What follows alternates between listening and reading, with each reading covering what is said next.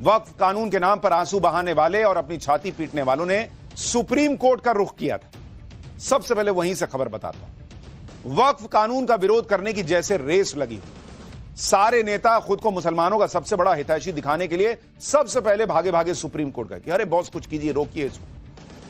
वो कह रहे थे कि वक्फ कानून को रोक दीजिए, ये संविधान के खिलाफ है और इस पर रोक लगाई जाए, इसे निरस्त कर दिया जाए। वक्फ कानून के विरोध में सुप्रीम कोर्ट में याचिका दाखिल करने वालों के नामों पर जरा गौर कीजिए। असदुद्दीन ओवैसी एआईएमआईएम से दौड़े गए, टीएमसी से महुआ मोइत्रा गई, सपा से जियाउर रहमान बर्क चले गए, अमानतुल्लाह खान आम आदमी पार्टी से, इमरान प्रतापगढ़ी कांग्रेस से, मनोज झा आरजेडी से, जगन मोहन रेड्डी वाईएसआर कांग्रेस से, Arshad Madani all India Muslim personal law board से, डीएमके, आईयूएमएल, सीपीआई, ये सब पहुंच गए थे सुप्रीम कोर्ट। और इन सारे नेताओं और पार्टियों ने वक्फ कानून के खिलाफ याचिका डाली।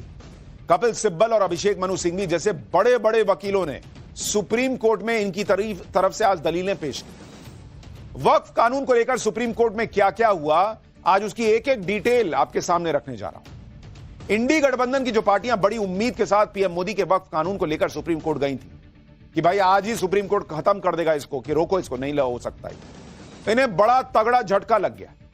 दरअसल सुप्रीम कोर्ट में सुनवाई के दौरान याचिकाकर्ताओं ने वक्फ कानून पर रोक लगाने से जुड़ी याचिकाओं पर सुनवाई की मांग की। इस पर चीफ जस्टिस ऑफ इंडिया ने कहा कि अब वो कानून पर रोक की मांग को लेकर किसी याचिकाकर्ता को नहीं सुनेंगे। चीफ जस्टिस ऑफ इंडिया ने कह दिया कि बस हो गया, अब हमें मौका दीजिए। यानी सुप्रीम कोर्ट ने आज हुई सुनवाई में वक्फ कानून का विरोध करने वाले जो लोग थे उनको सबसे बड़ा झटका यह दिया कि वक्फ एक्ट पर अंतरिम रोक लगाने से सीधे सीधे मना कर दिया कि भाई कानून तो नहीं रुकने जा रहा, आगे की बात करो, जो कर रहे हो उसमें देखेंगे क्या कर सकते हैं। और आज जो चर्चा हुई सुप्रीम कोर्ट में उसमें ये विरोधी खुद ही एक्सपोज होते चले गए। वक्फ कानून के विरोधी बात बात पर संविधान और संविधान के आर्टिकल 26 की दुहाई देते हैं। आज सुप्रीम कोर्ट ने संविधान और इस पर ऐसी बात कही कि वक्फ कानून के विरोधी सन रहे। कपिल सिब्बल ने कहा कि नए वक्फ कानून की धारा 3 का सेक्शन ए सब सेक्शन 2 के मुताबिक वक्फ अल औलाद का प्रावधान महिलाओं को विरासत से वंचित नहीं करेगा। यह नियम बनाने वाली सरकार कौन होती है? इस पर सीजेआई ने कहा कि हिंदुओं के लिए भी सरकार ने कानून बनाया है और अब संसद ने मुसलमानों के लिए भी कानून बना दिया है। यानी आप सोचिए, वक्फ अल औलाद जो है, भाई आपने कोई संपत्ति वक्फ की, उसको आपके परिवार जो है वो उसको ले सकता है, उसका फायदा ले सकता है, उससे जुड़ सकता है। उसमें अभी तक महिलाओं के लिए व्यवस्था नहीं थी। मोदी सरकार ने कहा कि नहीं, मुस्लिम महिलाओं को भी दो ना भाई, उनका क्यों नहीं हक होगा? कपिल सिब्बल जाके कोर्ट में लड़ रहे हैं कि नहीं, सरकार कैसे कह रही है कि महिलाओं का भी हक हो सकता है। आप सोचिए, इस तरह से तर्क दिया जा रहा है। ये मुस्लिम महिलाओं के साथ अन्याय नहीं है तो क्या है? उसके बाद संविधान का आर्टिकल 26 सेक्युलर है और सभी धर्मों पर लागू होता है, यह सुप्रीम कोर्ट ने साफ कर दिया। यानी बात बात पर संविधान के आर्टिकल 26 को दोहराने वालों को सुप्रीम कोर्ट ने 2 लाइन में समझा दिया कि इसका सही मतलब क्या होता है। वक्फ कानून के विरोध में सबसे बड़ी दलील यह दी जाती है कि वक्फ संपत्तियों का रजिस्ट्रेशन कैसे कराया जाएगा, क्योंकि वक्फ तो सालों से है। कपिल सिब्बल ने वक्फ संपत्तियों के रजिस्ट्रेशन के नियम पर कहा कि वक्फ सैकड़ों साल पहले बनाया गया है, अब यह 300 साल पुरानी संपत्ति की वक्फ डीड मांगेंगे। यह इतना आसान नहीं है। अगर रजिस्ट्रेशन नहीं कराया गया तो मुतवल्ली को जेल जाना पड़ेगा। मुतवल्ली वो होता है जो वक्फ संपत्तियों का केयर टेकर होता है, और उसे बचाने के लिए कपिल सिब्बल दलीलें दे रहे हैं।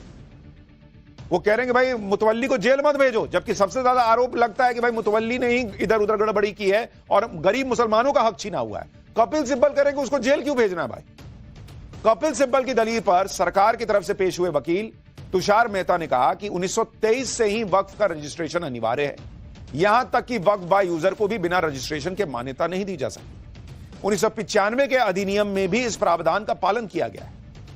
एसजी तुषार मेहता ने कहा कि कपिल सिब्बल मुतवल्लियों के जेल जाने की अव्यवहारिक दलीलें दे रहे हैं। आप सोचिए बॉस कि यह वक्फ एक्ट जो नरेंद्र मोदी लेकर आए, वो कहता है कि भाई मुस्लिम महिलाओं को भी हक दो।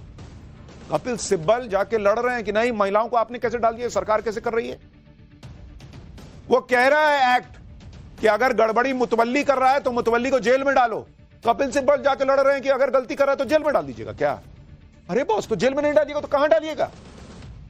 मुतवल्लियों के लिए जेल चले जाने की दलील देकर कपिल सिब्बल यह बताना चाह रहे थे कि वक्फ कानून कितना खतरनाक है, लेकिन सॉलिसिटर जनरल तुषार मेहता ने इस दलील का फौरन फैक्ट चेक कर दिया।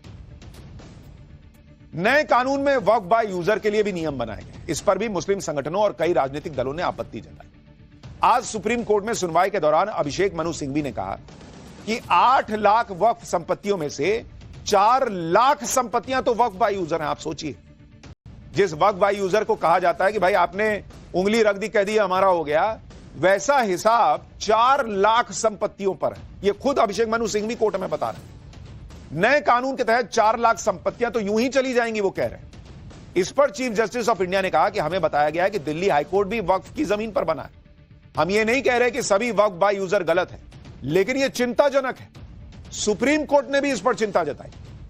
सुप्रीम कोर्ट भी समझ रहा है कि वक्फ बाय यूजर के नियम का गलत इस्तेमाल किया जा सकता है, और उसी में अभिषेक मनु सिंघवी ने जोड़ दिया कि हां भाई, वो तो संसद के लिए भी कहा जाता है कि वो भी वक्फ की जमीन पर। खुद मान भी रहे हैं और खुद डिफेंड भी करने पहुंचे हुए।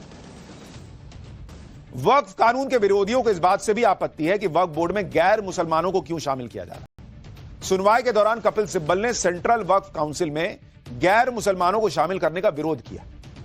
कपिल सिब्बल ने कहा कि सेंट्रल वक्फ काउंसिल 1995 के तहत बोर्ड में सभी सदस्य मुसलमान होते हैं। हिंदू और सिख बोर्ड में भी सभी सदस्य हिंदू और सिख ही होते हैं। नए संशोधित कानून में विशेष सदस्यों के नाम पर गैर मुसलमानों को जगह दी गई।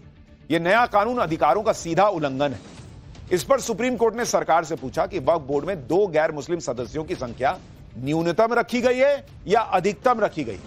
इस पर सरकार की तरफ से पेश वकील तुषार मेहता ने कहा कि 22 में से 2 सदस्य ही गैर मुसलमान होंगे। इस पर सुप्रीम कोर्ट ने कहा कि क्या आप इस पर हलफनामा देने को तैयार हैं, जिस पर तुषार मेहता ने कहा कि वो हलफनामा देने को तैयार हैं कि वक्फ बोर्ड और काउंसिल में 2 से ज्यादा गैर मुसलमान होंगे ही नहीं।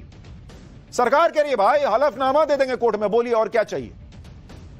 हलफनामा दे देंगे कि 2 से ज्यादा गैर मुसलमान नहीं होगा 22-20 लोगों में। और आप स्थिति देखिए कि वक्फ कानून पर आज जो सुनवाई हुई उसमें जज से लेकर वकील तक ज्यादातर लोग हिंदू थे। भाई सुप्रीम कोर्ट के आदेश पर सबको भरोसा है ना, क्योंकि न्याय धर्म के आधार पर नहीं, कानून और नियम के आधार पर होता है। तो यही बात वक्फ ट्रिब्यूनल या बोर्ड पर भी तो लागू होती है। वहां आप कह रहे हैं कि हम किसी गैर मुसलमान को देखना नहीं चाहते, और इनका केस लड़ने वाले कपिल सिब्बल हिंदू, अभिषेक मनु सिंघवी हिंदू, सारे हिंदू वकील इनका केस लड़ रहे हैं। उन हिंदू वकीलों पर यकीन है, जज साहब हिंदू, उनके न्याय पे यकीन है, लेकिन वक्फ बोर्ड में कोई गैर मुसलमान नहीं होना चाहिए। ये क्या हिसाब है बॉस? वहां इनको हिंदू कोई बर्दाश्त नहीं या गैर मुसलमान बर्दाश्त नहीं। खैर, उसमें सरकार कह रही है कि 2 होंगे गैर मुसलमान और उसका हम हलफनामा दे देते हैं। वक्फ कानून को लेकर जो हिंसा हो रही है उसका जिक्र आज सुप्रीम कोर्ट की सुनवाई के दौरान भी हुआ। सुप्रीम कोर्ट ने वक्फ कानून को लेकर हो रही हिंसा पर चिंता जताई। Chief justice of India Sanjeev Khanna ने कहा कि एक बात बहुत चिंताजनक है, इसे लेकर हिंसा हो रही है। अगर यह मामला पेंडिंग है तो इस तरह की हिंसा नहीं होनी चाहिए। इसी बात का समर्थन करते हुए सॉलिसिटर जनरल तुषार मेहता ने कहा कि प्रदर्शनकारियों को लगता है कि वो सिस्टम पर दबाव डाल सकते हैं। इस पर कपिल सिब्बल ने ऐतराज जताते हुए कहा कि कौन किस पर दबाव डाल रहा है यह पता नहीं। इस पर चीफ जस्टिस ने कहा कि बिल में जो पॉजिटिव पॉइंट्स हैं उन्हें हाईलाइट करना चाहिए।